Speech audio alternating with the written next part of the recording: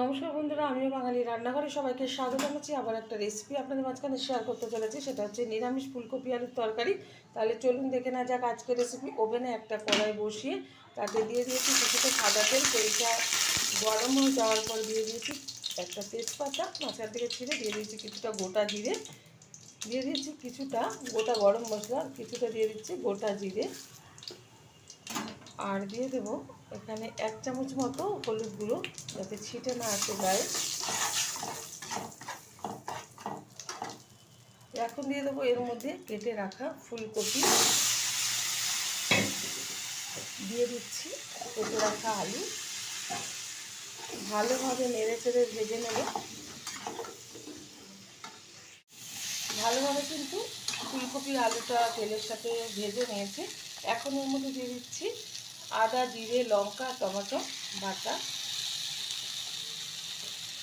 একটু দিয়ে দিচ্ছি মশলা ধোয়া জল, দিয়ে দেবো পরিমাণ মতো লবণ,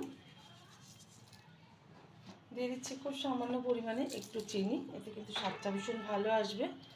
এখন ভালোভাবে আমি কষিয়ে নেব মশলার সাথে ফুলকপি আলুটা। আমার এই রেসিপি যদি আপনাদের ভালো লেগে থাকে, আপনারা অবশ্যই চ্যানেলটিকে সাবস্ক্রাইব করবেন, লাইক করবেন, শেয়ার করবেন। আর এরকম নিরামিষ একবার ফুলকপি আলুর ঝোল খেয়ে দেখবেন, আশা করি ভীষণ ভীষণ ভালো লাগবে।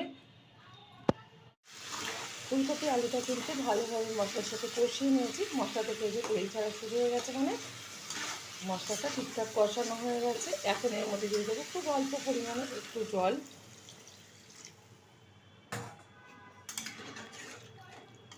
হালকা আছে রান্না করে নেব এটা 15 মিনিট ধরে। ঢাকনা দিয়ে রেখে দিচ্ছি 15 মিনিটের জন্য। ঢাকনাটা তুলে দিচ্ছি।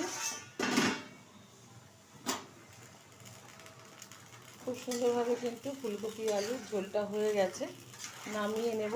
আর গরম গরম ভাতে গরম গরম ফুলকপি আলু তরকারি সার্ভ করব। দেখা হবে পরের ভিডিওতে নতুন কোনো রেসিপি নিয়ে। ধন্যবাদ।